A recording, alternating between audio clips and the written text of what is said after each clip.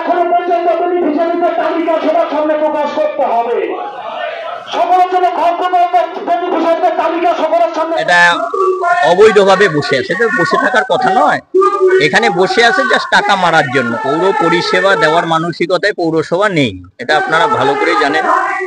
যে তারা তৃণমূল পৌরসভা চালায় হচ্ছে যখন টাকা আসলে তারা আগে ঠিক করে নেয় টাকার ভাগের অংশ আমাদের কত আসবে, তারপরে তারা বাজেট ঠিক করে। আগে ওদের বাজেটে দেখবেন একটা কন্টিজেন্সি ছিল, এখন কন্টিজেন্সি না, আগে আমার ভাগে অর্থাৎ ইন্ডিভিজুয়াল ফান্ডে আমাদের কত থাকবে তারপরে বাজেট।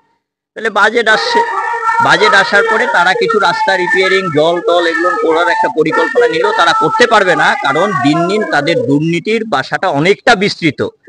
পৌরসভার চেয়ারম্যান আরো বেশি কনফিডেন্স পাচ্ছে দুর্নীতি করতে, তখন দেখে যাচ্ছে মুখ্যমন্ত্রীর দপ্তর নিজে সরাসরি দুর্নীতিতে যুক্ত।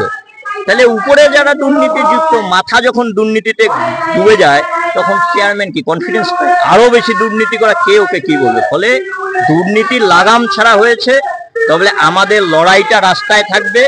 আমরা যেটা চাইছি পৌরসভায় যেটা রেগুলেটেড মার্কেটটা রয়েছে কৃষি কৃষকের, সেখানে কোনো মতেই পূর্ণ জমি কৃষি কৃষকের স্বার্থেই ক্ষুদ্র ব্যবসায়ীদের স্বার্থেই ব্যবহার করতে হবে। যে সিএ স্টোরেজের কথা বললাম, কন্ট্রোল অ্যাটমসফিয়ার স্টোর, সেটা ওখানে বানাতে হবে।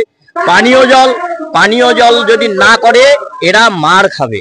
কারণ আপনারা এখানে দাঁড়িয়ে আছেন, আপনারা যারা ধূপগুড়ির লোক তারা নিশ্চয়ই দুদিন পরে বর্ষার সময় বিষাক্ত জল খাবেন না।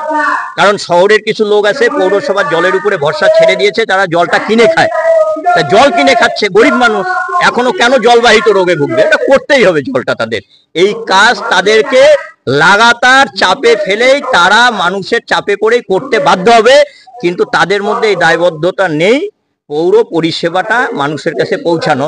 কারণ উপর থেকে নিচ পর্যন্ত এরা ভয়ানক দুর্নীতিতে যুক্ত।